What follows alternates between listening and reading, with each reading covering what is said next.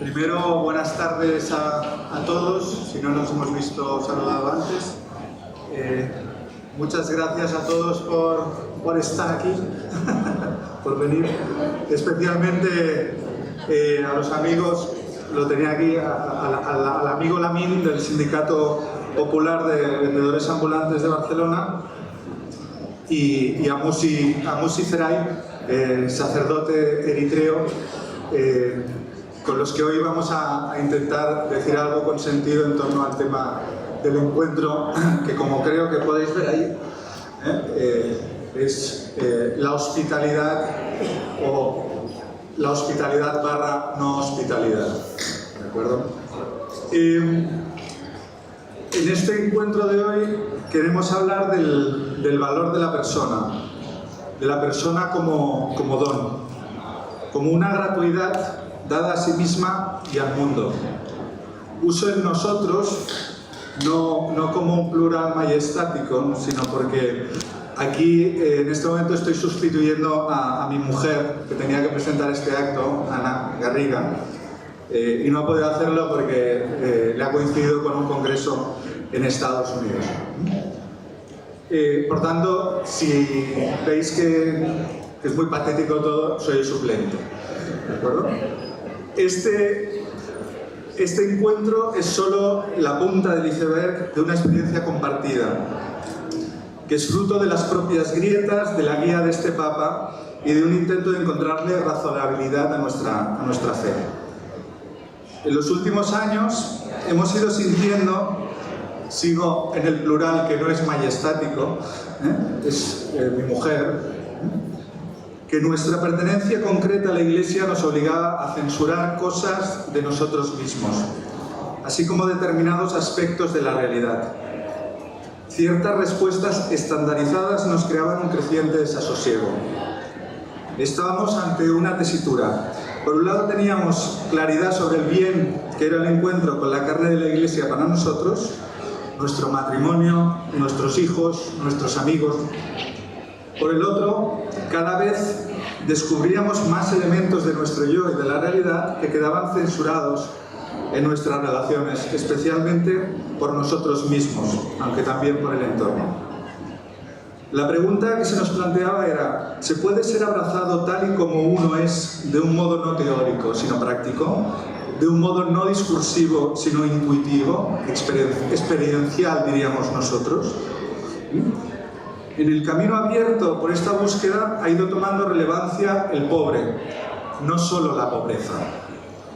Como nos dijo el hermano menor Santiago Agrelo, arzobispo de Tánger, en la visita que le hicimos el pasado septiembre, él decía textualmente: lo único que desarbola la verdad teórica y abstracta es la presencia de Cristo en el pobre.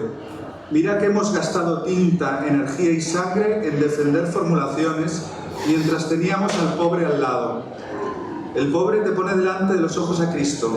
No tienes que pasar a través de ninguna suma teológica.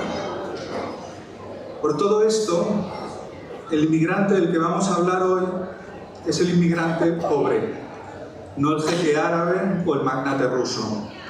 Es el que no tiene más que su sueño, el que lo ha perdido todo antes de llegar o para llegar, el que muchas veces no tiene ni papeles y es excluido del mercado de trabajo, o incluso del que no consigue llegar, porque es devuelto a su país o porque muere en el intento. Ha sufrido lo indecible en el camino. No entro a explicar todos los detalles porque el infierno de Dante se queda corto para hablar de esas cosas. Además, seguramente Musi nos pondrá al día.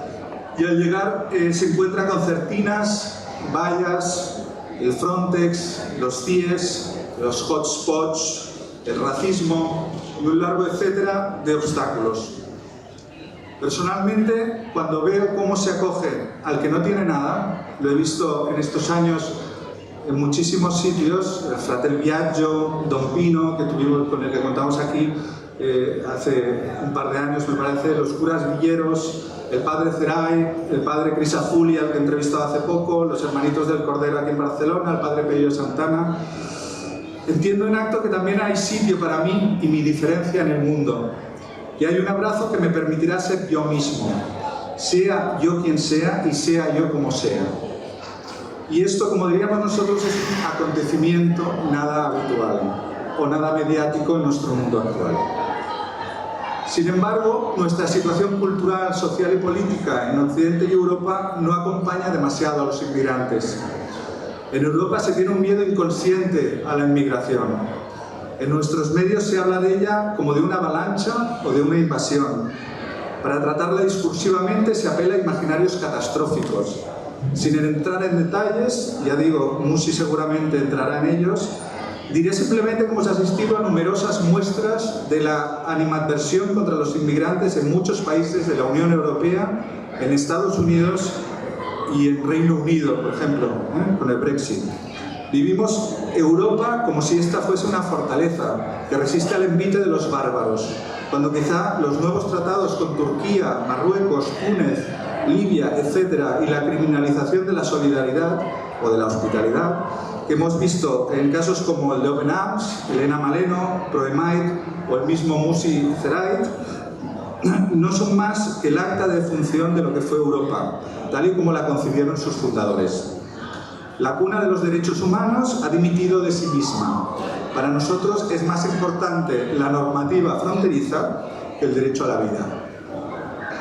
Por eso vale la pena recordar el lema de esta mesa: no os olvidéis de la hospitalidad, porque por ella algunos, sin saberlo, hospedaron ángeles. Hoy resulta especialmente pertinente recordar la hospitalidad porque Europa la está olvidando. Y olvidarla supone una pérdida de contacto con esos ángeles, con ese misterio o regalo que es toda persona. Por eso, recuperar la hospitalidad es la posibilidad de reencontrarse con la vida. La Europa fortaleza nos trae a la memoria lo que dice el Papa en el 136 de la Gaudete et Exsultate. A veces me pregunto si por el aire irrespirable de nuestra autorreferencialidad, dice el Papa, Jesús no estará ya dentro de nosotros golpeando para que le dejemos salir. La hospitalidad nos pone en contacto con lo imposible, porque no se deja reducir a cálculo, a negocio, a intercambio. Solo es explicable por la fuente de la que nace, que se hace especialmente evidente en el necesitado, el que no lo tiene todo, el que no lo sabe todo.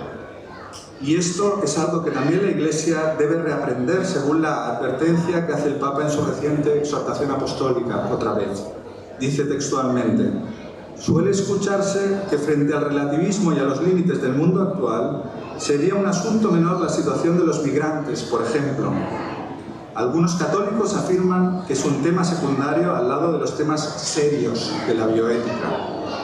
Que diga algo así un político preocupado por sus éxitos se puede comprender, pero no un cristiano a quien solo le cabe la actitud de ponerse los zapatos de ese hermano que arriesga su vida para dar un futuro a sus hijos.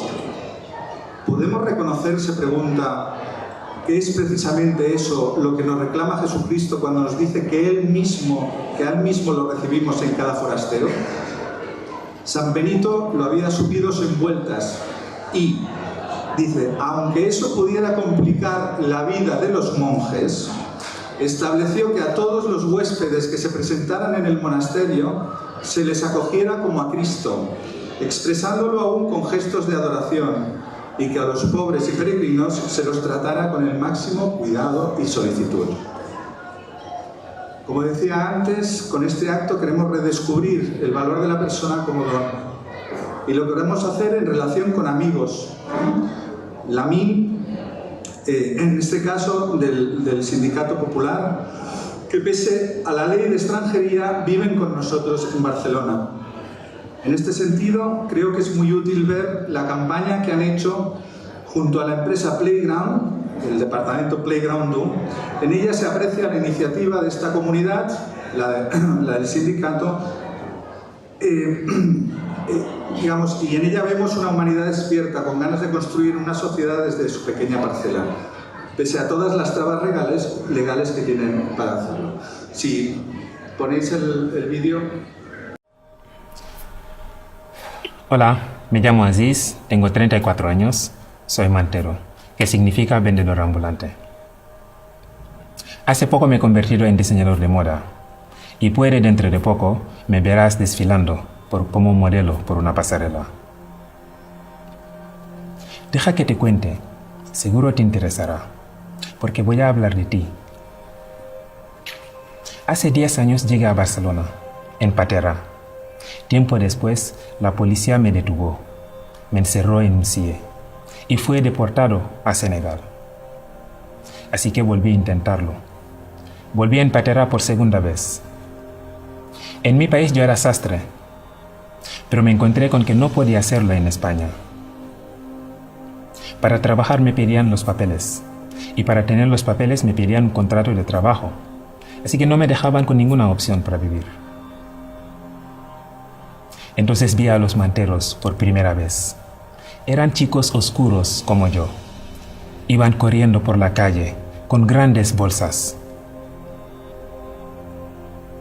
Huían de la policía. Me dije que nunca voy a hacer esto. Pasé 8 meses sin trabajo, hasta que un mantero me ayudó. Él me enseñó a sobrevivir con la venta ambulante. Me enseñó la dignidad de este trabajo. Así descubrí el movimiento Top Manta. Hace 15 años que los manteros seguimos unidos y manteniendo lucha por los derechos humanos. Eso a pesar de que la policía nos persigue, a pesar de que los políticos nos utilizan y los medios nos criminalizan. A pesar de sobrevivir con 200 euros al mes si hay suerte. ¿Cómo lo hacemos? Muchos nos lo preguntan.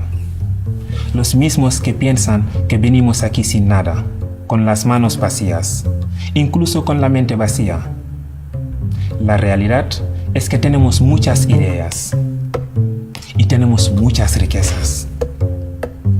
Tenemos todo lo que nos enseñaron nuestros padres y abuelos. El valor de la generosidad, el amor por la tierra en la que vivimos y por la gente que vive en ella. Y también tenemos ideas, y ahí es donde apareces tú. Hace poco hemos lanzado nuestra propia marca, la marca Top Manta. Enseguida nos dimos cuenta de que habíamos hecho una gran idea. De pronto, la gente que nos ignoraba o rechazaba nos tenía admiración. Los medios querían entrevistarnos. Los diseñadores querían conocernos.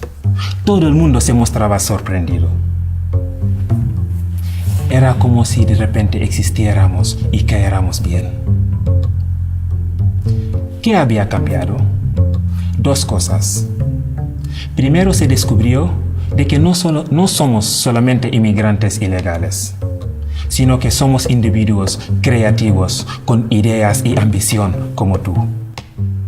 Segundo, empezamos a hablar el lenguaje del capitalismo. Acabamos de hacer una línea entera de moda, en la que pronto se hablará. Ropa legal hecha por gente ilegal. Esta vez, ninguna multinacional utilizará la imagen de los chicos de la calle para transmitir la rebeldía o la autenticidad. Esta vez, los chicos de la calle utilizaremos la moda para impulsar nuestra lucha con beneficio colectivo. Al fin y al cabo, la pasarela y la calle tienen algo en común. Nunca dejaremos de seguir caminando hacia adelante. Si eres Top Manta, eres top.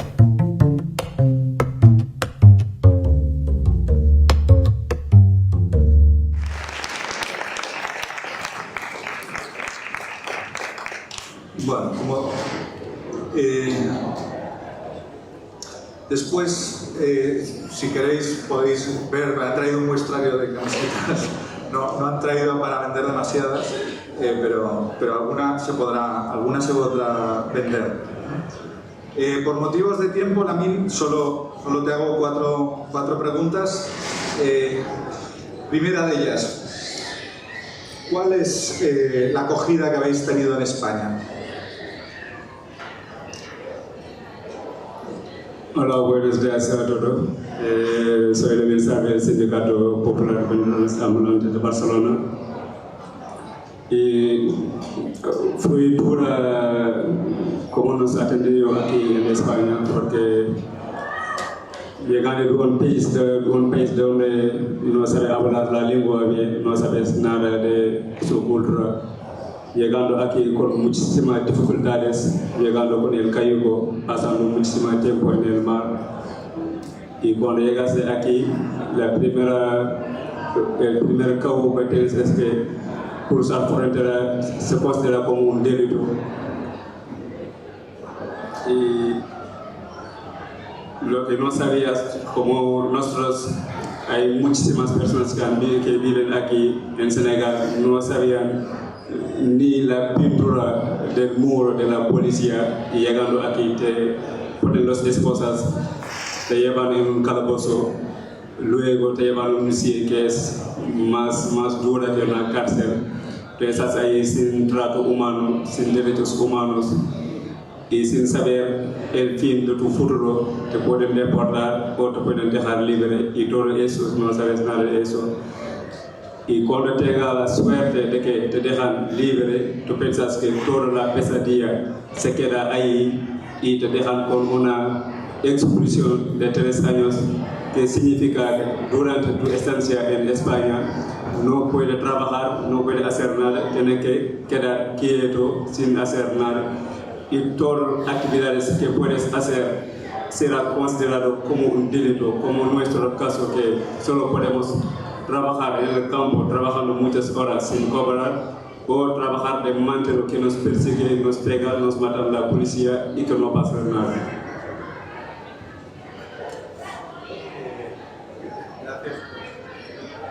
Gracias por la concreción. Pasemos a otro tema, porque yo creo que eso ha quedado claro. Vamos a un poco la campaña que habéis hecho con Playground. ¿Cómo surgió el lema este de ropa legal hecha por gente ilegal? Ropa legal hecha por gente legal es un código que deja pensar a la gente que nos escucha, la gente, los vecinos que viven con nosotros, que se pongan en nuestra piel, que piensan un poco, que se conciencien, porque ahora mismo hemos hecho un goteo, y en ese goteo hemos hecho 6 líneas de ropas, y esas ropas lo han comprado todo el mundo, en Canadá, en Italia, América, a través de todo el mundo. Y una vez que hacemos las recompensas, estas ropas van a viajar hasta América, hasta Canadá, hasta Italia, y nosotros que están haciendo estas ropas no pueden trabajar, no pueden viajar ni circular. Es lo que queríamos, este mensaje que queríamos lanzar, que queremos que la sociedad piensa sobre eso, es cómo una ropa puede ser legal y circular, y la persona que está haciendo esa ropa no tiene la oportunidad de viajar o de trabajar o de circular. ¿Cómo ha sido la experiencia de hacer un proyecto mixto, de trabajar con una empresa de aquí, de España, que habéis sacado vosotros? Porque yo cuando hablaba con los de Playground, con Laia y con Cristian, ellos me decían que una de las cosas que más habían sacado de la relación con vosotros, con el sindicato, era como el poco individualismo que había, ¿no? Que nosotros estamos acostumbrados a un individualismo bestial a la hora de tomar las decisiones, a la hora de pensar las cosas, de decidirlas, ¿no? Y decía, en cambio, con ellos, yo de hecho, desde que os conozco también lo he notado, ¿no? Y a veces sorprende mucho, ¿no? Tomáis las decisiones como hablándolas, los amigos, ¿no? ¿Tú qué has sacado de esta relación con Playground, con Laia, con Cristian? ¿Cómo me decías que se llamaba la otra chica? Alba, exacto. Bueno, eso era muy importante, porque Playground nos han dejado la oportunidad de sacar lo que está en nuestra experiencia, nuestra cultura, porque la gente de aquí, muchas no saben que tenemos cultura, tenemos estudios, y somos también creativos, podemos hacer algo, podemos servir este país donde vivimos. Tenemos la cultura de ayudarnos entre nosotros, de vivir en comunidad, y eso no lo hemos olvidado, lo hemos traído aquí también.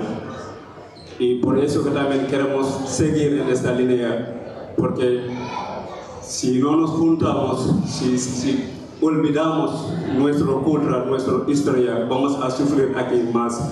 Por eso queremos trabajar juntos, queremos ayudarnos juntos. Si no hacemos eso, nos va a joder más el sistema capitalista que nos impone a ser ilegal, que nos impone a vivir en esa precariedad que estamos viviendo, ese trabajo que estamos haciendo en la calle. Y de verdad que nos han ayudado mucho estas revistas a sacar lo que estaba en nuestro, que está dentro de nuestro, la experiencia, la cultura, la creatividad que tenemos. Y ya para finalizar, ¿qué le pedirías? O sea, ¿o qué le pedís como significado? Ahora venías con Mohamed, y Mohamed se ha ido a una plaza a leer un manifiesto, ¿no? Porque teníais ahí una...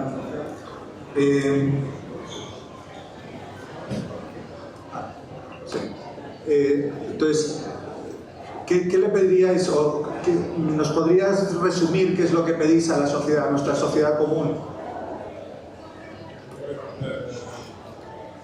Primero queremos que nos reconozca como persona, como ser humano, como ciudadano del mundo, que quitan la ley de extranjería, que quitan el contrato de 1 año que nos imponen a sacar, a conseguirlo después de vivir aquí 3 años. Queremos que quitan también los antecedentes penales que tenemos, que nos impiden a regularizar nuestra situación. Queremos también que la gente que no puede tener un contrato para alquilar una casa, que le facilitan a tener un padrón sin domicilio.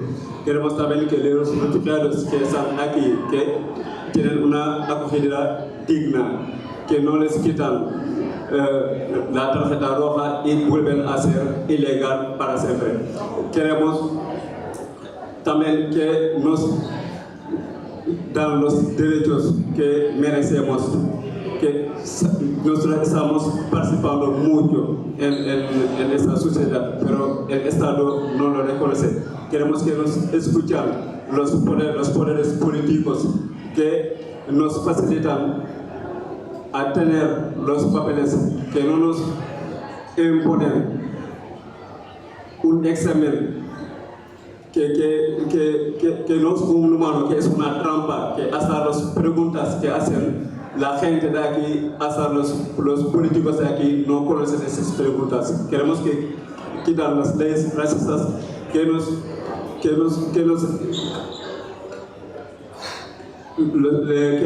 imponen a vivir en la precariedad, a vivir con muchas dificultades, sin poder alquilar casa, sin poder trabajar, sin poder circular, sin poder beneficiar de los servicios sociales. Porque si estás aquí, no tienes papeles, no tienes nada, no puedes beneficiar de una ayuda social, no puedes cobrar paro, no puedes trabajar, no puedes hacer nada. Y eso es lo que pidamos, es que la sociedad no sean cómplices, que se mueven, que hacen algo para que se cambien esas leyes racistas.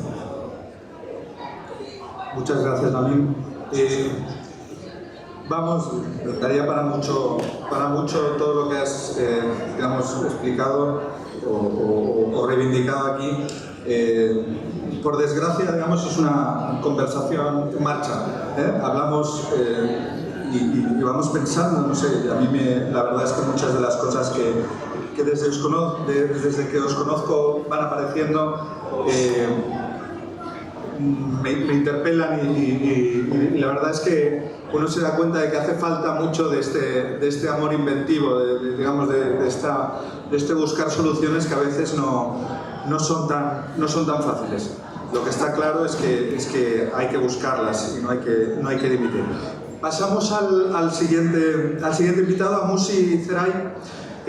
Así, sintetizando el CV del currículum, diré que es activista a favor de la defensa de los derechos humanos de los inmigrantes, es sacerdote, es eritreo, es fundador de la agencia Abesha de cooperación con el inmigrante, sobre todo se dedican a los países, a ayudar a los inmigrantes del Cuerno de África.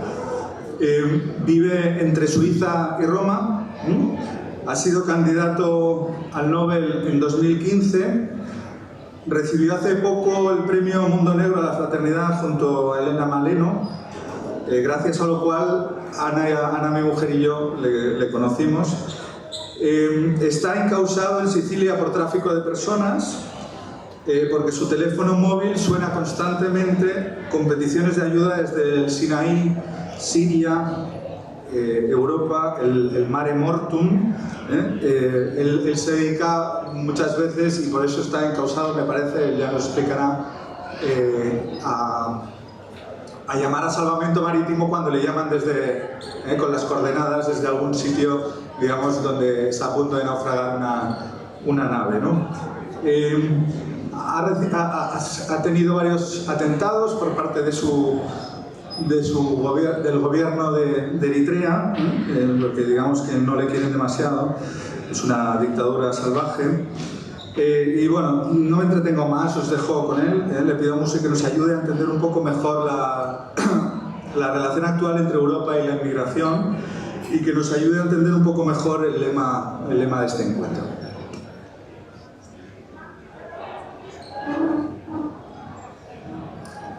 Bene, buonasera, io parlo in italiano, lei mi aiuterà con la traduzione e ci aiuteranno a capire il mio intervento alcune immagini che non potrò commentare tutte le foto, quindi scorreranno mentre io parlo. Buenas tardes a todos, voy a hablar en italiano, tendré un intérprete que va a traducir y voy a comentar algunas fotografías, son muchas, no podré comentarlas todas, por lo tanto irán pasando mientras yo voy hablando.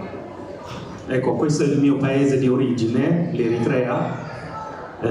Mancano le isole che sono sul Mar Rosso, che sono quasi circa 300 isole che si trovano a metà strada, che è un paese che poteva vivere solo di turismo, e la popolazione è circa 5 milioni e mezzo, però di questi 5 milioni e mezzo negli ultimi 25 anni 1 milione e mezzo sono già scappati, perché la dittatura che c'è nel paese li ha costretti a fuggire. En esta primera fotografía vemos mi país, Eritrea. Aquí faltan algunas de las islas que están en el Mar Rojo, que son unas 300. Mi país podía vivir solamente de turismo. Se trata de una población de 5,5 millones de personas, pero en los últimos 25 años más de 1,5 millones de personas se han huido del país por una dittatura feroz che sta in curso. Ecco, questo che vedete all'immagine sono i centri di addestramento militare, perché il regime attuale in Eritrea ha introdotto un servizio militare a tempo indeterminato per gli uomini fino a 50 anni, per le donne fino a 40 anni. Quindi tutti i giovani sono obbligati a vivere il servizio militare, l'addestramento, poi successivamente il cosiddetto servizio nazionale, che è diventato una specie di schiavitù legalizzata. E qui sono i campi dove vengono addestrati, ma anche sono campi di detenzione, di prigionia, per coloro che si ribellano, per coloro che tentano una forma di opposizione al regime. Fotografía vemos los centros de adiestramiento militar que ha impuesto el régimen de mi país. Se trata de un adiestramiento casi a tiempo indefinido. Para los hombres es obligatorio hasta los 50 años y para las mujeres hasta los 40. Por lo tanto, todos los jóvenes están obligados a hacer este servicio militar que se llama Servicio Nacional y se ha convertido en una forma de esclavitud legal, o sea, son campos también de detención para los che si rebelan a este tipo di sistema. Ecco, in questa immagine vedete alcune forme di tortura che il regime utilizza per persone che ritiene oppositori oppure ragazzi che tentano di fuggire da quella vita militare che è diventata, come dicevo, una specie di schiavitù. Questi disegni li ha fatti un ragazzo che oggi vive in Svezia, rifugiato, e sono stati acquisiti come prove dalla commissione di inchiesta che è stata istituita dalle Nazioni Unite.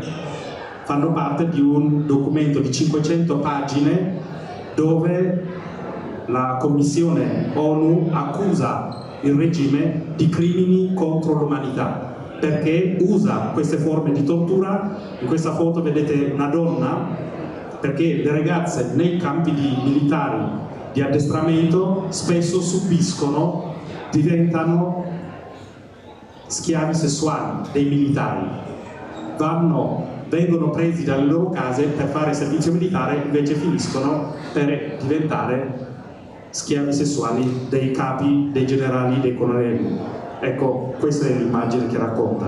En estas imágenes que hemos visto se ven diferentes formas de tortura que se han impuesto en estos centros militares que, como decía, son centros de esclavitud.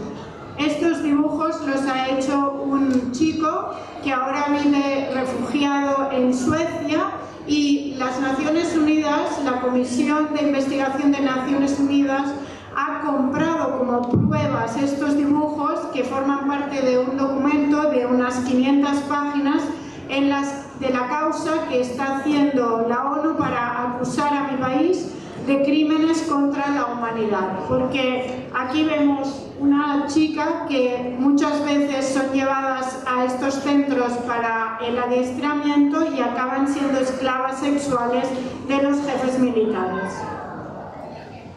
Qui è invece dove militari che vengono usati anche per lavori che sono lavori forzati, spesso non sono soltanto lavori socialmente utili perché li fanno costruire strade o dighe o così via, ma anche li usano a far costruire case private dei colonnelli, dei generali, dei capi militari che senza essere pagati.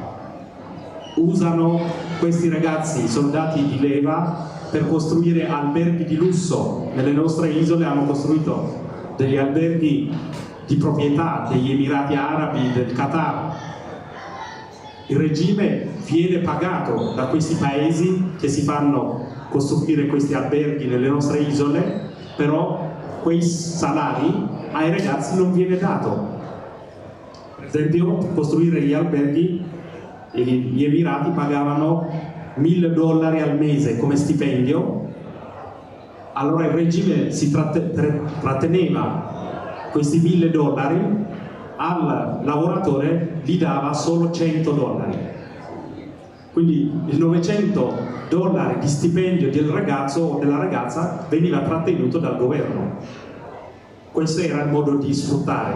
Lo stesso anche con i finanziamenti che riceve dalla comunità internazionale e dalla comunità europea per dei progetti. Alla comunità europea diceva sì, abbiamo realizzato, però li ha realizzato usando forze gratuitamente, quindi sfruttando questi giovani.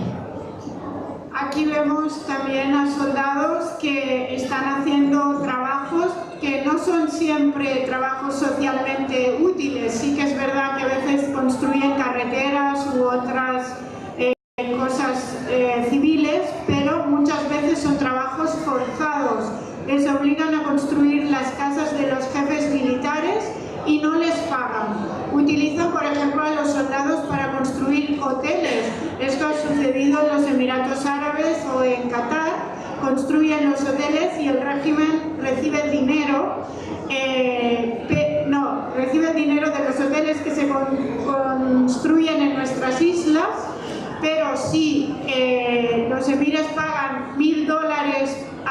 al mes por la construcción de estos hoteles, al trabajador se le da solamente 100 y los otros 900 se los queda el régimen. Esto es una forma de explotación, igual que hacen con la financiación que reciben para los proyectos de la Unión Europea, por ejemplo. Demuestran que el proyecto ha sido realizado, pero en realidad el dinero no llega a los trabajadores. Allora, io ho spiegato questo per far capire perché i giovani fuggono dal proprio paese. Non fuggono così per avventura, non rischiano la vita nel deserto, nel Mediterraneo, così, senza un motivo. Ecco, se noi capiamo il perché queste persone sono costrette a fuggire dal proprio paese, e anche possiamo motivare la necessità di accogliere, di proteggere queste persone. Vai avanti con l'immagine così. Cuento esto para que se entienda por qué los jóvenes dejan nuestro país. No es en busca de aventuras que atravesan el desierto o el Mediterráneo sin tener un motivo. Es importante entender por qué se van, porque entonces se van obligados y por eso podremos comprender más la necesidad de acogerlos. Ecco, questo ragazzo che vedete per esempio è un ragazzo che è stato trovato mentre tentava di fuggire dall'Eritrea per varcare i confini con il Sudan. È stato preso, legato dietro un camion. Quello che vedete è un camion che sta camminando per portarlo in prigione, però l'hanno appeso in questo modo. Questo ragazzo alla fine del viaggio non ha più l'uso delle arti perché, non circolando il sangue, ha paralizzato sia le mani sia le gambe. E questa è la forma di tortura che subiscono ragazzi che rischiano pur di cercare la libertà, la dignità, la protezione. Ecco che cosa affrontano. Esta foto muestra a un chico que quería huir de Eritrea por la frontera con Sudán. Aquí le vemos cómo le ataron a un camión que está en marcha mientras le están llevando a la cárcel. Le ataron en este modo y al final del viaje ya no puede utilizar sus extremidades, ni los brazos ni las piernas, porque al no circular la sangre quedó paralizado. Este es el tipo de tortura que utilizan para la gente que corre el riesgo de intentar escapar para buscar su libertad, su dignidad. Vai avanti. Cambia la cartella. Allora, questa è la motivazione che ho fatto vedere alcune immagini, ma ci sono delle peggiori. Purtroppo a questi paesi, a paesi che usano questi metodi brutali, l'Unione Europea chiede di controllare i confini. L'Unione Europea paga questi paesi perché chiudano i loro confini usando questi metodi. Perché quando l'Unione Europea ha chiesto l'immagine che vedete, questi paesi che va dal Sudan, ma anche l'Eritrea, l'Etiopia, fino di qua dall'altra parte c'è Mauritania, ma anche il Senegal, la Nigeria, tutti i paesi dell'Africa subsahariana, 28 paesi che sono stati coinvolti nel processo di Khartoum, quindi l'accordo che l'Unione Europea ha voluto fare con questi 28 paesi dell'Africa subsahariana e Nord Africa, quindi Egitto, Libia, Algeria, Marocco e Tunisia, per chiudere ogni via di fuga. È stato stanziato inizialmente 2 miliardi di euro per pagare questi paesi perché controllino meglio i loro confini. Estos son los métodos brutales que muchos países utilizan para contrarrestar la huida de estas personas. Y hay fotos peores. La Unión Europea paga a todos todos estos países que vemos aquí, Sudán, Eritrea, Etiopía, Mauritania, Nigeria, África subsahariana, son 28 países que están implicados en el acuerdo de Khartoum que hizo la Unión Europea con los países de África subsahariana y el norte de África, Egipto, Libia, Algeria, Marruecos y Túnez, para cerrar las fronteras, para impedir la fuga, y se han destinado 2.000 millones de euros a este acuerdo a países che utilizzano estos metodi. Questo mette in contraddizione. L'Europa dice di essere un continente democratico, un continente che difende i diritti, ma se tu chiudi ogni via di fuga a persone che fuggono dalla guerra, persone che fuggono dalle dittature, persone che fuggono dalla fame, perché anche la fame, perché si minaccia il diritto alla vita di ogni singola persona, quelle persone hanno il diritto alla vita, quindi a cercare un posto dove possono sopravvivere.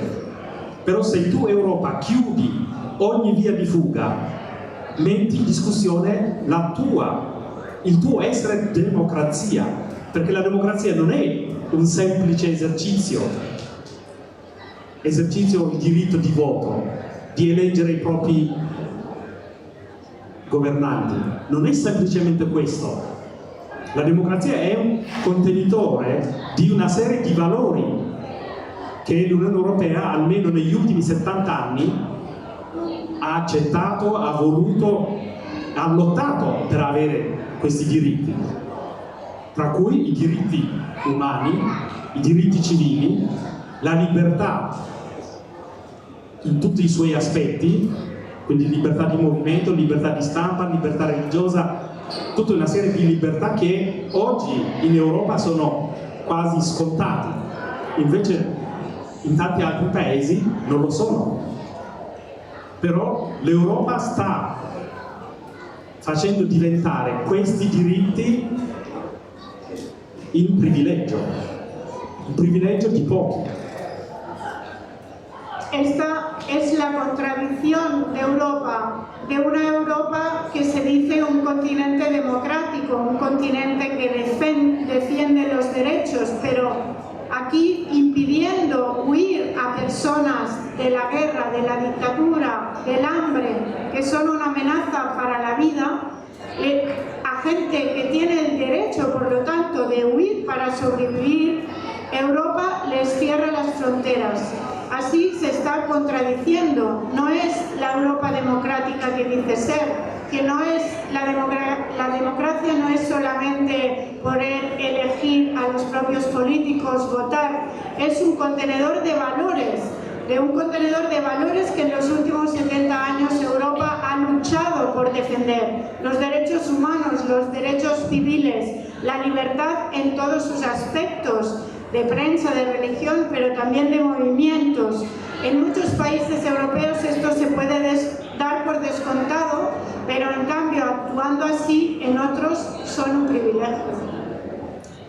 Le immagini che stiamo vedendo, i ragazzi con le catene al piede, persone che vengono sequestrate, vengono venduti come schiavi, oppure persone legate in questo modo per ricattare i loro familiari, per pagare il riscatto per la loro liberazione.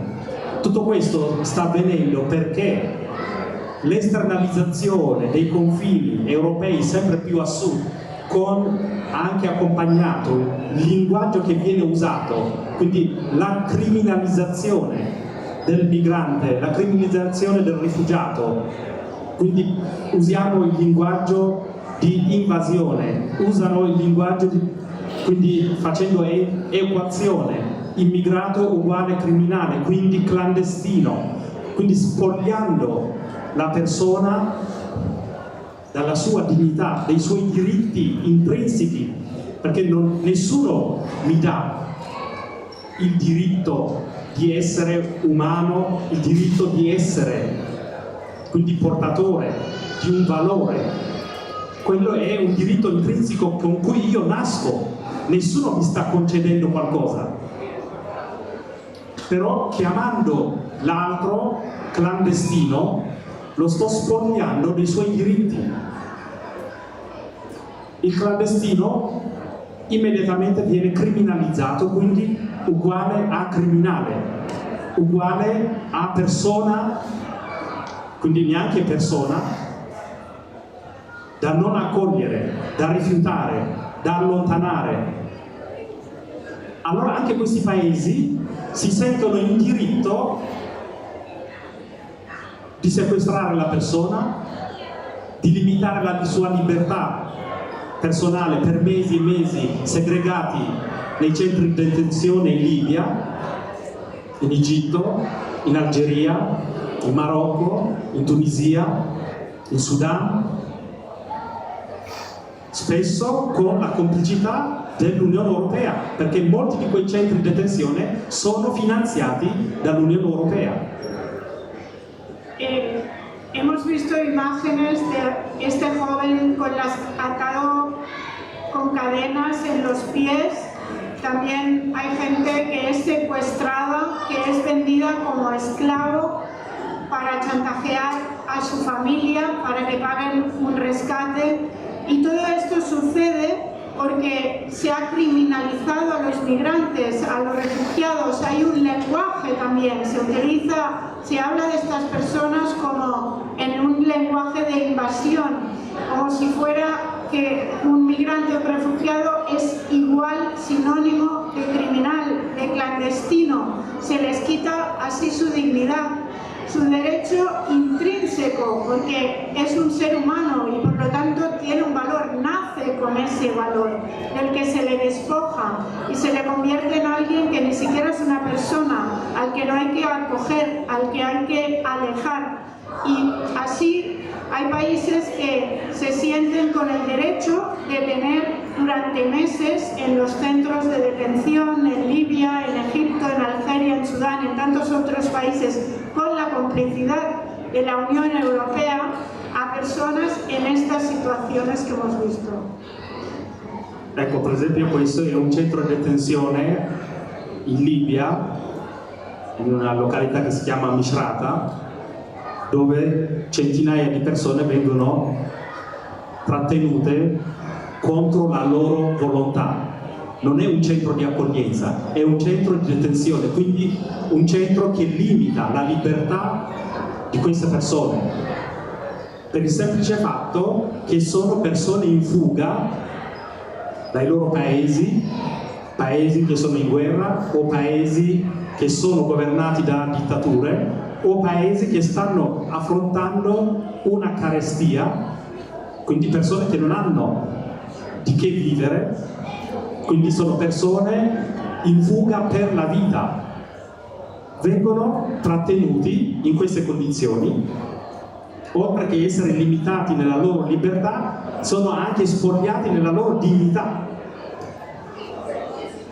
Este es un centro de detención en Libia, en Misrata, donde hay centenares de personas que están efectivamente detenidas, están ahí en contra de su voluntad, se les limita en su libertad, simplemente porque están huyendo de países donde hay una guerra, donde hay gobiernos de dictaduras, donde se padece carestía y no tienen de qué comer y por lo tanto están luchando por su vida y se les limita la libertad y se les despoja también de su dignità.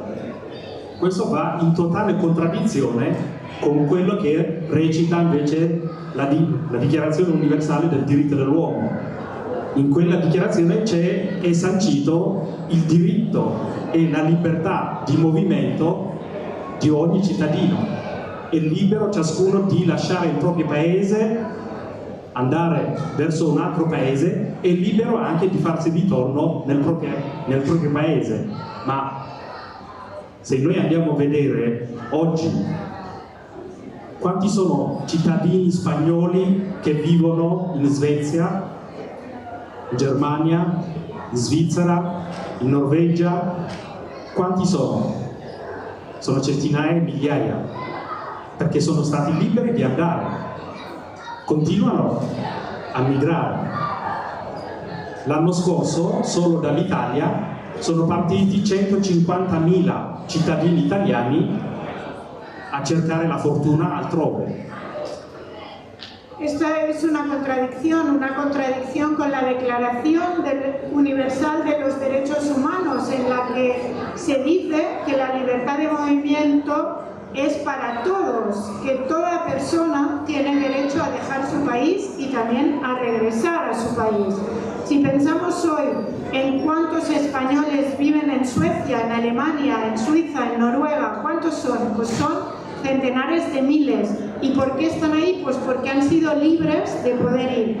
Solamente el año pasado 150.000 ciudadanos italianos fueron a buscar fortuna en estos países. Però nessuno in Europa ha costruito muri filospinati o ha organizzato respingimenti per questi cittadini. Quindi anche i diritti, la libertà è diventata un diritto soltanto di un'elite, di un club.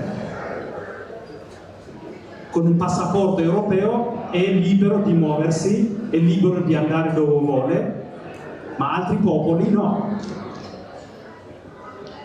Dall'altra parte abbiamo inventato la globalizzazione con cui le merci vanno liberamente da un continente all'altro, che l'Africa, la più bersagliata da queste limitazioni, da questi impedimenti, da questi muri filospinati che basta andare a vedere a Ceuta e Melilla quello che la Spagna ha costruito per impedire l'arrivo delle persone. Ma le merci dall'Africa, dalla verdura a tutte le altre risorse naturali che partono dall'Africa, vengono liberamente, ma l'uomo no. Y nadie ha impedido a estas personas llegar a estos países, les ha construido muros, ha organizado su repatriación.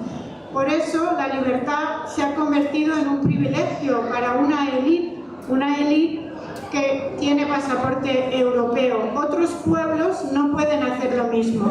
Y en cambio, con la globalización, las mercancías circulan libremente. Por ejemplo, a los africanos no se les permite entrar, baste con pensar lo que ha construido el gobierno español en Ceuta y Melilla para impedir que entraran estas personas, y en cambio las verduras o todos los recursos que vienen de África entran libremente. Allora, questo è il punto di interrogativo, è l'uomo, la sua dignità, i suoi diritti. A che punto siamo?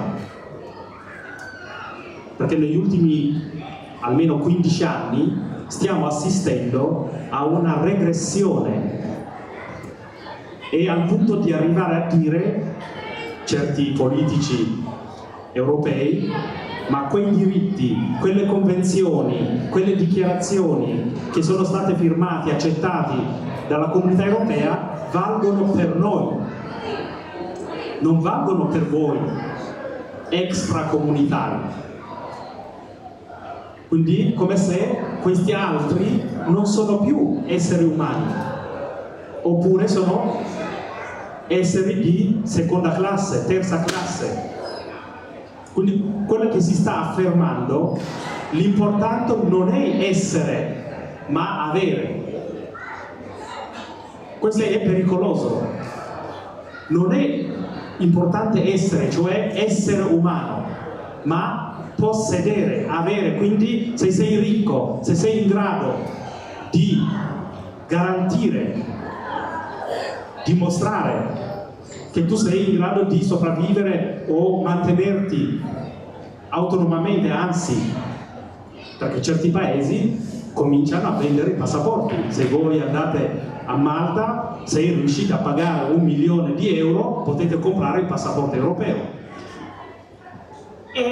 El problema es en qué punto, en qué situación está la dignidad del hombre, porque parece que en los últimos 15 años ha habido una fuerte regresión, hasta el punto que algunos políticos europeos han empezado a decir, bueno, esos derechos que están recogidos en las convenciones, en las declaraciones, sirven para los europeos, pero no para los demás, no para los extracomunitarios, negando el valor de la persona, la dignidad de la persona, convirtiéndole en alguien de segunda, de tercera clase. Y eso es muy peligroso porque ya no es importante el ser, sino el tener lo que posees. Si eres rico, si eres capaz, si te puedes garantizar una manutención autónomamente, entonces sí. O incluso se están empezando a vender pasaportes en algunos países. Si vais a Malta, por 1 millón de euros se puede comprar un pasaporte.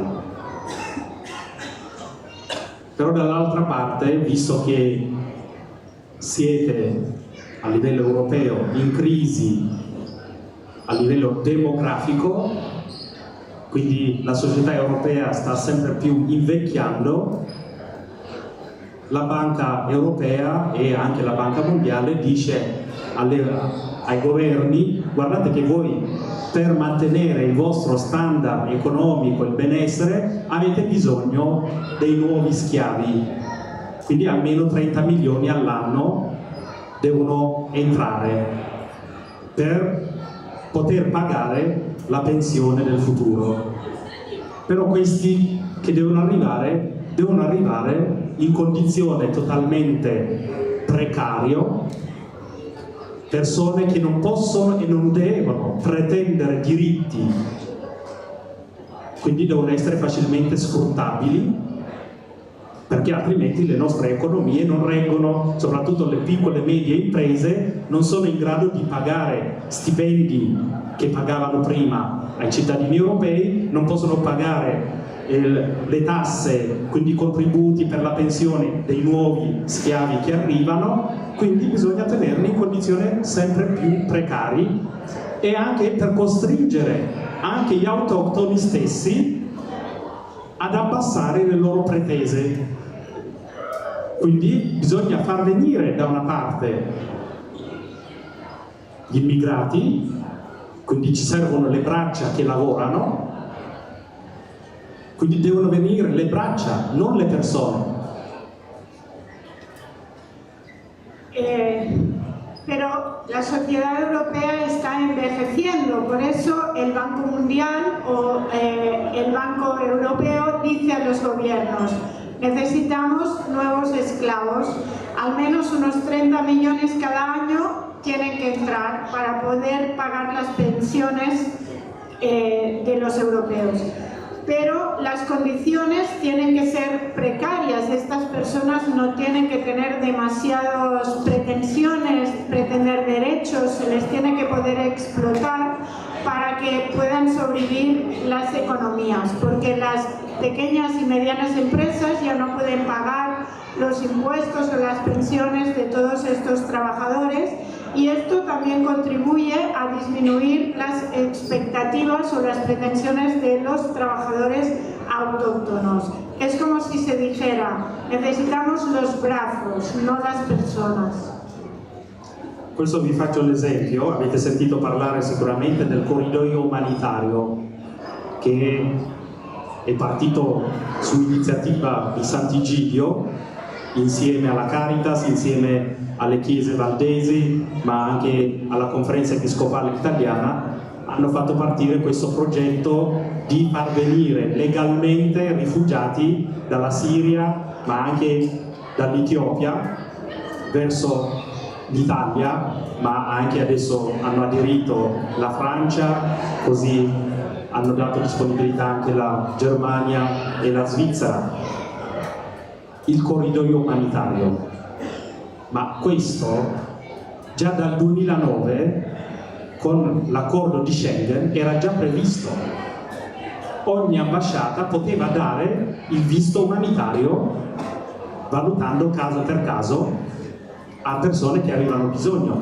Quindi molte di quelle persone che hanno rischiato la vita nel mare potevano venire legalmente con un visto umanitario. Perché non è stato fatto? Se noi andiamo a vedere quello che dice la Banca Europea, dice all'Italia: tu ogni anno hai bisogno di 150.000 persone nuove che entrano per sostenere la tua economia. Se noi andiamo a vedere quelle persone che hanno sbarcato a Lampedusa, la media è di 150.000 persone. La media è quella. Alcuni anni era un po' di più, altri anni un po' di meno, ma se noi facciamo la media è quella di 150.000 persone. Perché non farli vedere, perché non farli entrare legalmente? Perché non dare visti umanitari? Perché sono persone che poi, una volta arrivati sul territorio, chiedono asilo. Per il caso di eritrei, più di 75% sono riconosciuti rifugiati. Allora perché non farli venire legalmente? I siriani, più del 90% sono stati accolti come rifugiati. Perché non farli entrare legalmente? Gli strumenti legali per farli entrare c'erano. Perché non sono stati usati? Pongo un ejemplo, el corredor humanitario. La Asociación Sant'Egidio, junto con la Conferencia Episcopal Italiana, Cáritas y la Iglesia Valdesa, empezaron a ayudar a entrar legalmente a los refugiados provenientes de Siria o de Etiopía a Italia. También se unieron Francia, Alemania y Suiza, que han empezado a acoger a estas personas. Pero esto era ya posible desde 2009 con el acuerdo de Schengen. Estaba previsto, cualquier embajada podía dar un visado humanitario estudiando caso por caso, y en cambio estas personas han tenido que arriesgar su vida. ¿Esto por qué ha sucedido? Porque el banco, si miramos el Banco Central Europeo, dice a Italia: necesitas 150.000 personas para que pueda funcionar tu economía. Si miramos la media de refugiados que han entrado en este año, ha habido momentos que eran más, otros menos, pero la media coincide con esa cifra. Entonces, ¿por qué antes no se hacía entrar legalmente? Si estas personas iban a pedir asilo, los eritreos, el 75% han sido reconocidos como refugiados, los sirios el 90%. Los instrumentos legales existían, pero no se ha hecho. Ecco, anche l'Alto Commissariato delle Nazioni Unite ogni anno propone agli Stati di accogliere i cosiddetti persone vulnerabili, però i governi non rispondono, lasciano marcire centinaia e migliaia di persone nei campi profughi. Se noi andiamo nella cartella Sinai, vedrete le atrocità che sono successi, perché le persone abbandonate in questi campi, chiudendo tutte le vie legali, succede questo. Vedete questo ragazzo? Questa è persona che è stata sequestrata nel Sinai, al confine con Israele, però questa persona è stata sequestrata dal campo in Sudan, a Shekerah. È venduta come schiavo nel Sinai ai familiari che chiedevano di pagare il riscatto per la sua liberazione. Per costringere i familiari a pagare, torturavano il ragazzo, mentre li costringevano a chiamare al telefono i propri parenti perché ascoltino le urla, le grida di dolore, così sono sollecitati a pagare. Sulla schiena di questo ragazzo facevano colare la plastica fusa sul fuoco mentre gocciolava questa plastica fusa, lui gridava, i familiari ascoltavano e il sequestratore chiedeva di pagare $30.000 per la sua liberazione, per avere salva la vita. Pena, se lui non poteva pagare, è quello di essere ammazzato per poi vendere gli organi. Quindi è fiorito il traffico di esseri umani, il traffico di organi. Tutto questo è successo perché le chiusure dei confini hanno prodotto questo. Invece di accogliere, di proteggere anche lì i campi profughi, se non sono protetti, se sono lasciati che i trafficanti potevano entrare o con la complicità della polizia locale. Per esempio in Sudan i campi profughi erano affidati alla polizia locale. Lo stesso Alto Commissariato delle Nazioni Unite a un certo punto ha dichiarato: noi non siamo più in grado di garantire la sicurezza di questi campi perché la polizia è talmente corrotta che collabora con i trafficanti. Quindi i trafficanti potevano entrare nei campi, sequestrare, vendere le persone. El Alto Comisionado de Naciones Unidas cada año pide acoger a las personas vulnerables, pero los gobiernos no responden. Les dejan en los campos de prófugos, donde suceden atrocidades como estas que vemos aquí. Cuando las personas son abandonadas en estos campos porque no se les ha dado la posibilidad legal de salir del país. Este es un joven que fue secuestrado en Sudán y vendido como esclavo y enviado a Israel, a la zona de Sinaí. Le hicieron estas torturas para pedir un rescate a su familia. Le obligaban a llamar a su familia para que pudiera escuchar los gritos mientras le dejaban caer el plástico fundido encima de la espalda. Pidieron $30.000 y si no pagaban le amenazaron con matarle y quitarle los órganos para poderlos vender. Este ha sido el resultado. Ha florecido el tráfico de personas, el tráfico de órganos, por el hecho de haber cerrado las fronteras. Y ni siquiera en estos campos se logra proteger a las personas, porque muchas veces se encomienda la tarea de la seguridad a la policía local, que está profundamente corrompida y es cómplice de los traficantes. Incluso el Alto Comisionado de Naciones Unidas ha dicho públicamente che non consigue garantizar la seguridad en los campos de refugiados. Allora, se noi torniamo al discorso che faceva anche Papa Benedetto, chiedeva ai governi prima di tutto di lottare per difendere il diritto a non migrare di queste persone, cioè il diritto a non essere costretti a lasciare la loro terra.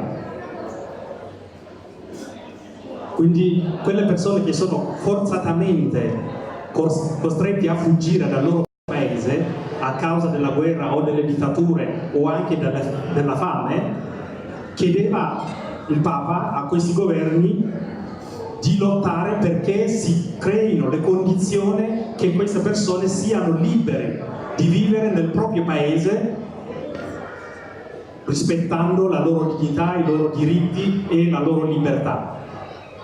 Ma se noi andiamo a chiedere all'Unione Europea cosa hai fatto perché queste persone non siano costrette a lasciare il proprio paese, per fare esempio, la Spagna è tra i primi 10 paesi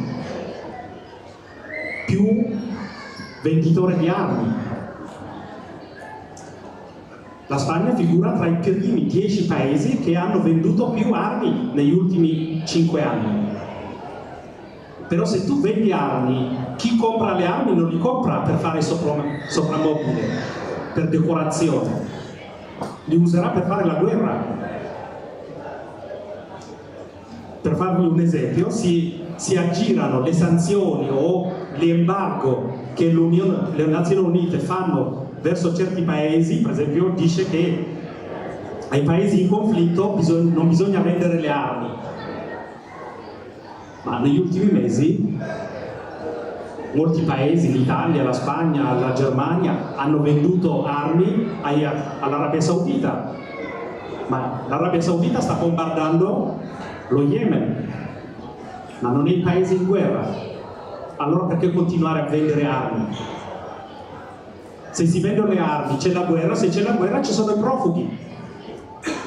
Perché se noi vediamo quello che sta succedendo in Siria, le distruzioni che ci sono in Siria, come si può pensare che i siriani possono continuare a vivere nel loro paese mentre piove continuamente le bombe sulle loro case? E questo è quello, giustamente qualche tempo fa Gino Strada diceva, solo un cretino può pensare di continuare a vendere le armi e allo stesso tempo pretendere che i rifugiati, i profughi non arrivino. Come si fa a chiedere agli stessi paesi che vendono le armi siano loro stessi a proteggere i diritti a non migrare di queste persone?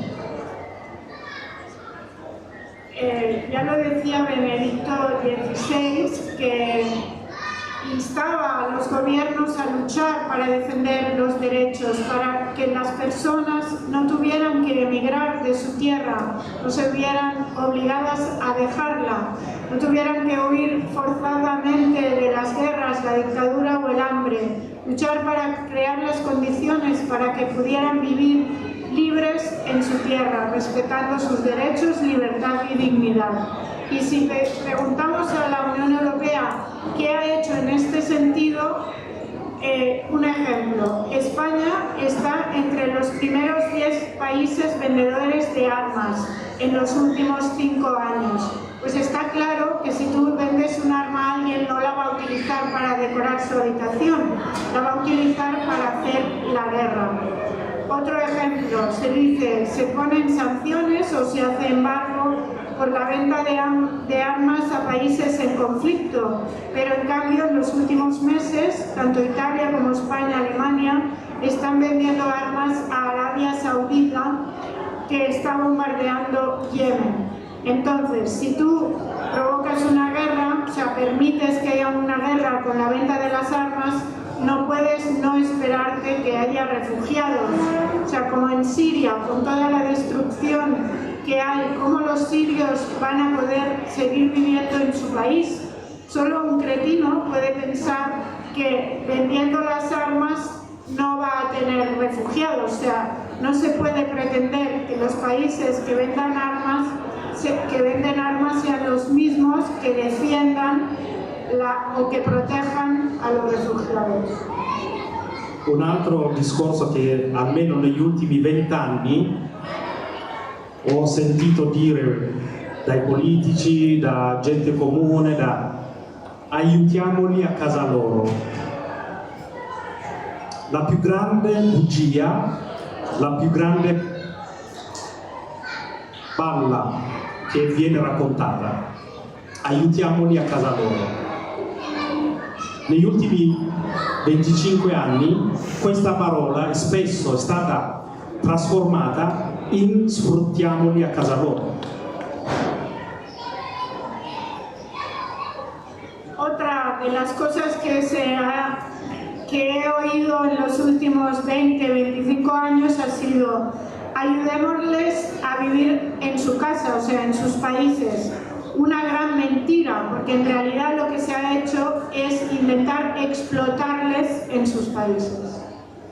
Vi faccio l'esempio, l'Africa, un continente,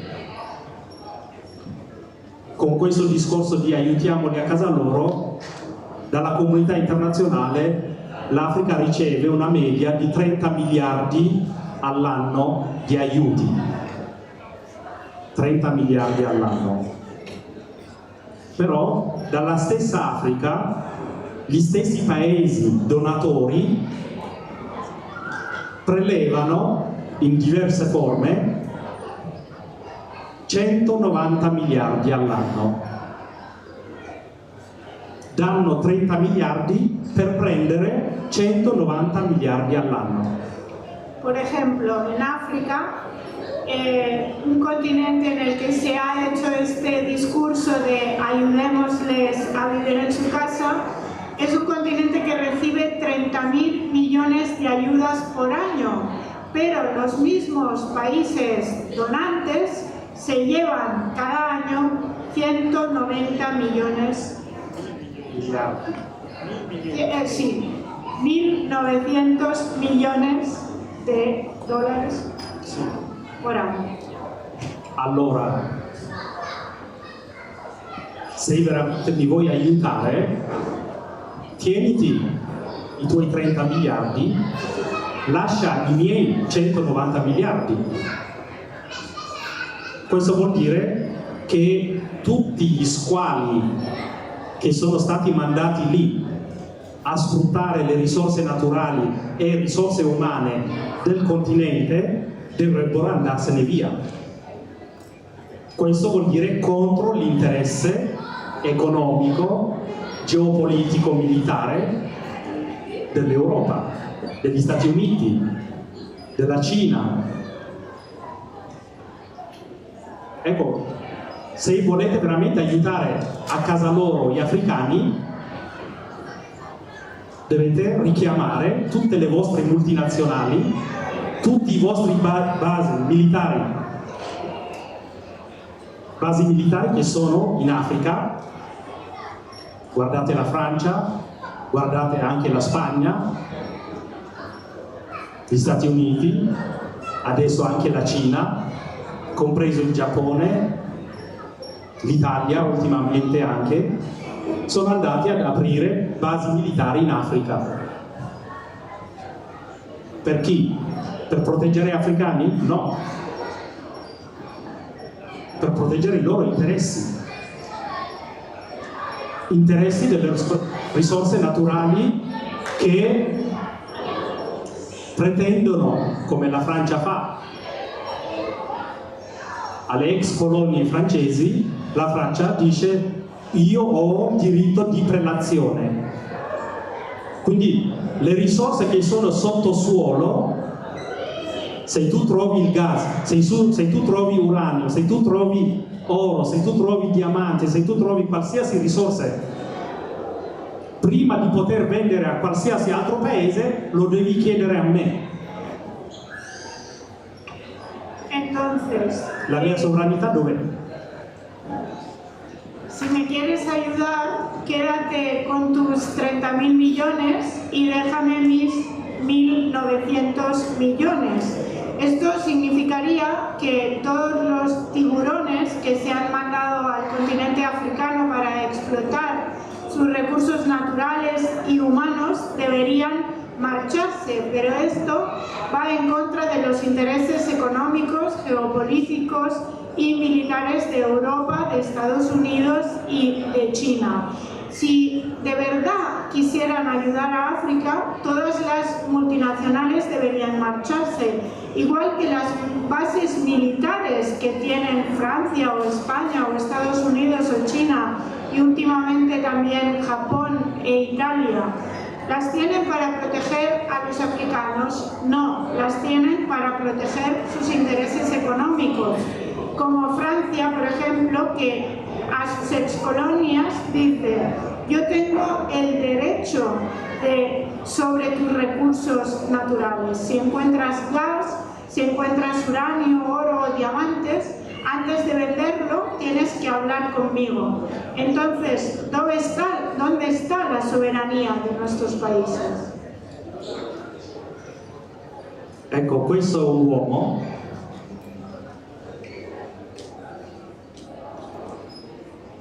mettete voi stessi nei panni di queste persone.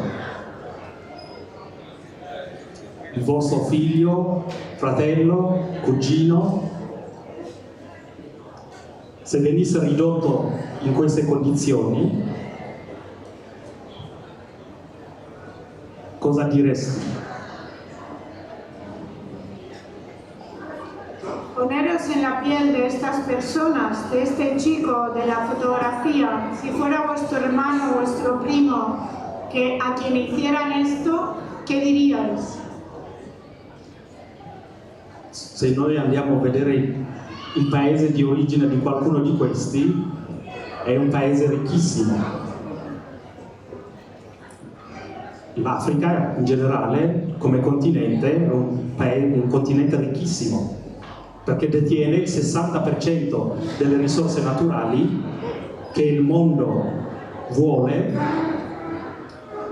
Le tecnologie moderne, se noi oggi stiamo usando tablet, i cellulari e tutto, però se voi andate in Congo, da cui proviene il coltan, andate a vedere in che condizioni stanno vivendo, quale guerra stanno vivendo. Negli ultimi almeno 15 anni sono già morti più di 6 milioni di cittadini congolesi. Vi diranno, sono conflitti tra etnie, sono guerre tra... Non è vero. Il paese più giovane, il Sud Sudan, che ha preso l'indipendenza da poco, c'è una guerra terribile, si è aggiunta anche la carestia, però la guerra che c'è lì, vi dicono, sono le due etnie che si combattono. È un'altra bugia.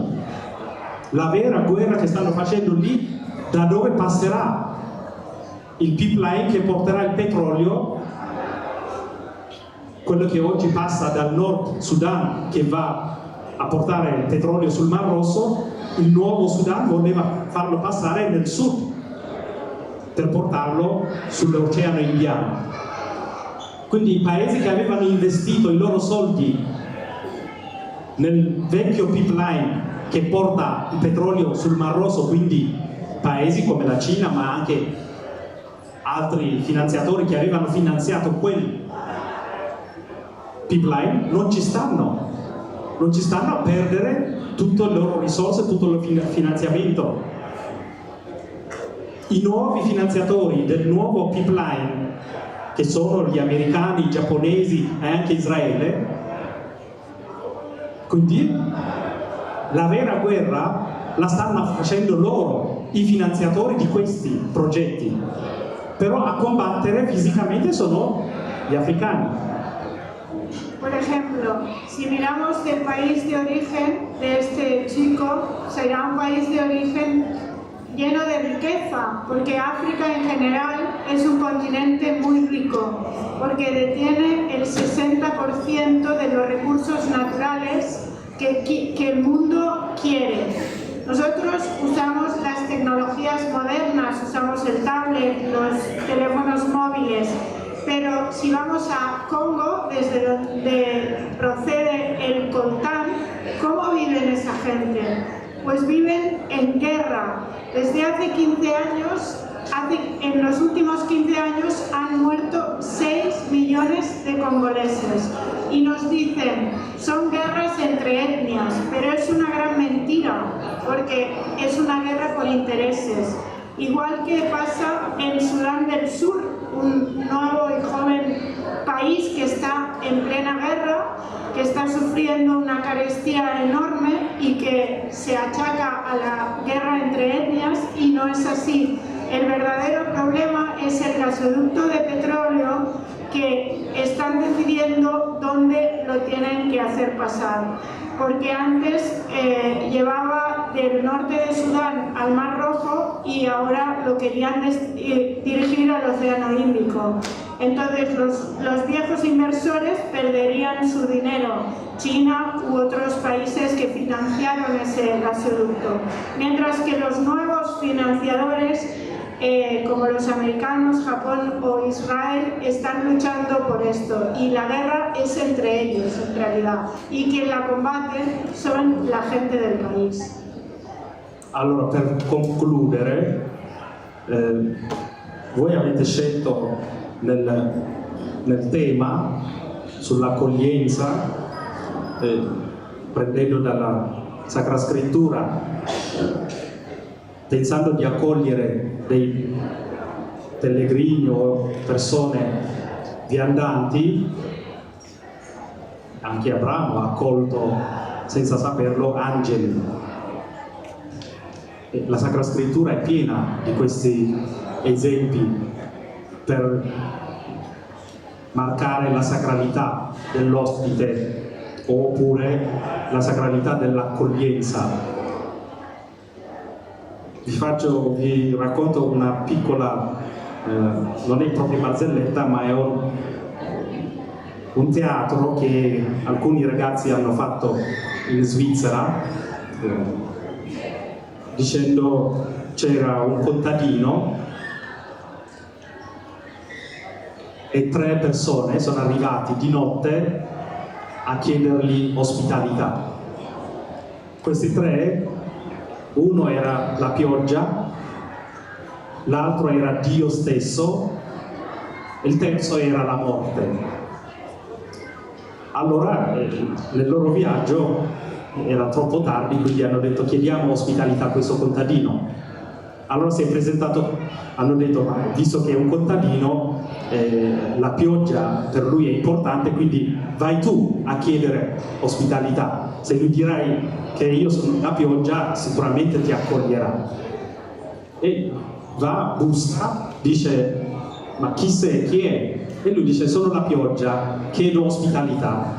E lui da dentro dice no, non ti ospito perché tu non sei corretto, non sei così onesto, perché quando ti va piovi, quando non ti va non piovi, ci lasci nella fame, quindi non ti accolgo. E allora torna e dice a Dio, beh, tu che sei Dio, sei il suo creatore, ti accoglierà. E lui va, Dio va, bussa, dice chi sei?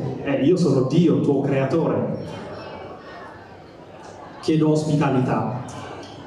Il contadino dice no, non ti accolgo perché anche tu non sei stato corretto.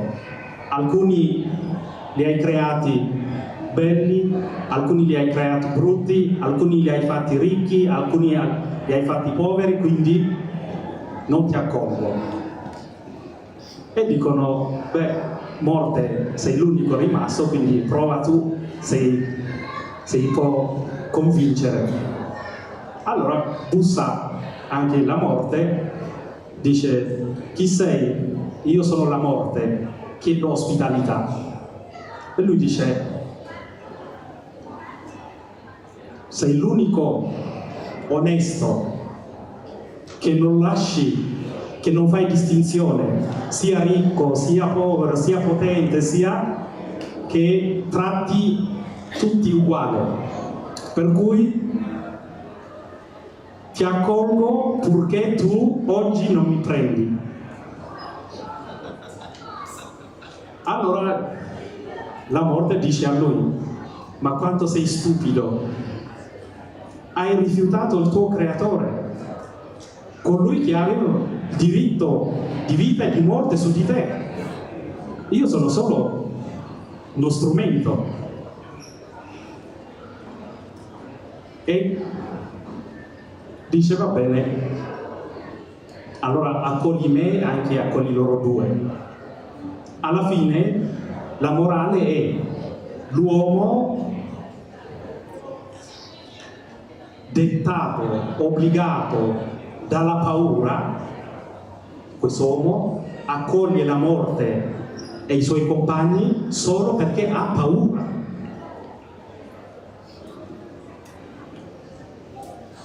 Ha paura perché la morte è più potente di lui. Invece coloro che non avrebbero esercitato un potere, un obbligo, una coercizione, sono stati rifiutati. Se voi andate in ciascun paese qui in Europa, quanti potenti sono ospitati? Quanti potenti sono ospitati? Per paura o per interesse? Chi viene invece con mani vuote e in modo umile viene rifiutato.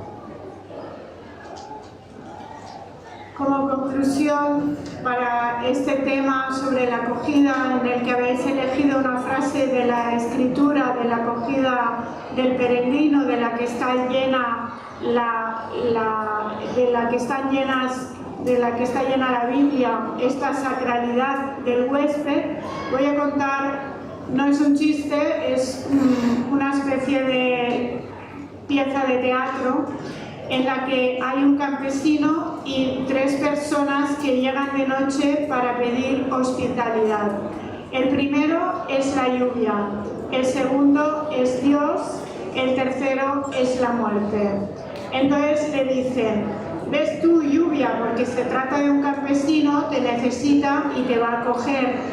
La lluvia llama y dice: pido hospitalidad, soy la lluvia. Y el campesino le contesta: no, porque no has sido honesto conmigo. Llueves cuando quieres y cuando no, cuando te necesito no. Por lo tanto, no te acojo. Entonces le dicen a Dios: ve tú, porque eres el creador, a ti no te va a rechazar. Pero también al creador le dice: no, no ha sido correcto, porque a algunos les has hecho bellos, a otros feos, a algunos ricos, a otros pobres, por lo tanto no te acojo. Luego va la muerte y le responde: tú has sido el único honesto, el único que no ha hecho distinción, entonces te acogeré, pero te pido que no me tomes a mí. Y la muerte le responde: qué estúpido, has rechazado a tu creador, que es quien tenía derecho a decidir sobre tu vida y tu muerte. Yo soy solo un instrumento, por lo tanto nos tienes que acoger a todos. Y la moralina es que el hombre solo acoge obligado por el miedo, porque tiene miedo de la muerte, porque es más fuerte que él. Y si lo pensamos, ¿cuántos poderosos son acogidos en el mundo actual? En cambio, quien iba con humildad y con las manos vacías fue rechazado. Invece per noi, per cristiani, dovrebbe essere la cosa normale, perché Gesù ci ha detto: quello che avete fatto a uno di questi più piccoli miei fratelli l'avete fatto a me. Quindi quando accogliamo qualcuno nel bisogno, qualcuno in situazione di vulnerabilità, dobbiamo sapere che stiamo accogliendo Cristo stesso. Questo è il messaggio importante. L'altro messaggio è che dobbiamo ricordare sempre che il diritto dei deboli, il diritto dei poveri, dei deboli, non è un diritto debole. Il diritto dei deboli non è un diritto debole. Quindi noi dobbiamo anzi schierarsi dalla parte di quel diritto lì. Spesso ci dicono: questo è legale, si nasconde molte scelte dietro la legalità. Anche in questo, noi, soprattutto noi che diciamo di essere credenti, noi che diciamo di essere cristiani, noi non siamo chiamati a essere custodi della legalità. Noi non siamo custodi della legalità, anzi, noi siamo chiamati a mettere in crisi la legalità, confrontandola con la giustizia. Mettere in crisi la legalità confrontandola con la giustizia, perché non tutto ciò che è legale è giusto. Questo la storia dovrebbe aver insegnato. Abbiamo alle spalle 70 anni, gli ultimi 70 anni di storia, dove ci sono stati totalitarismi, nazismi, fascismi, che a loro epoca erano considerati legali, che però hanno prodotto milioni di morti. Quindi non tutto ciò che è legale è giusto. Per me, cristiano, deve valere la giustizia, perché la giustizia promuove, la giustizia protegge il più debole. Quindi questo è il mio appello: siate promotori e procuratori di giustizia. Grazie.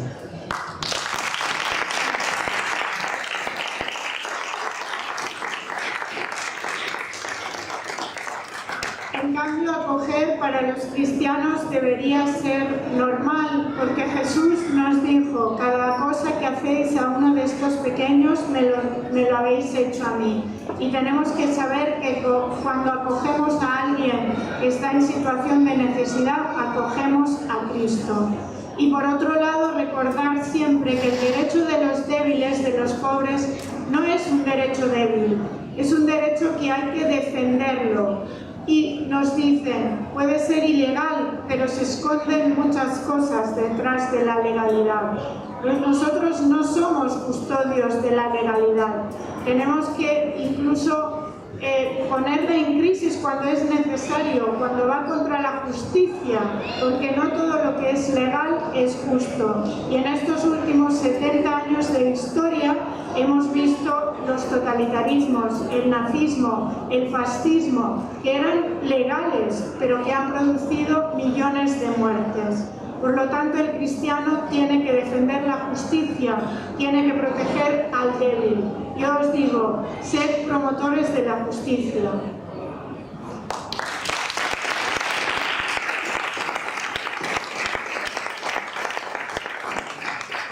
Lo he dicho antes, pero después de ver la exhibición que ha hecho Marta, no sé, yo pido un aplauso para ella.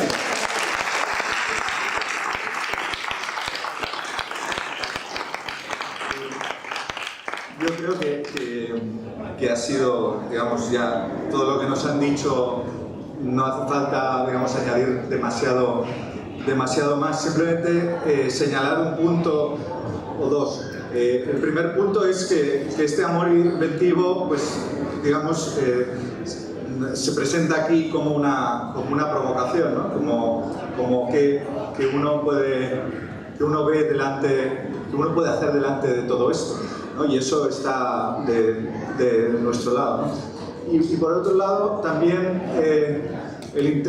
lo que uno le interroga, lo que escucha una y otra vez cuando se mete en este mundo, es ¿por qué no estamos luchando por los derechos humanos, ¿no? Porque todos tenemos muy claro lo que son los derechos humanos, lo hemos aprendido, nos sabemos no sé, la historia, pero ¿por qué no movemos un dedo?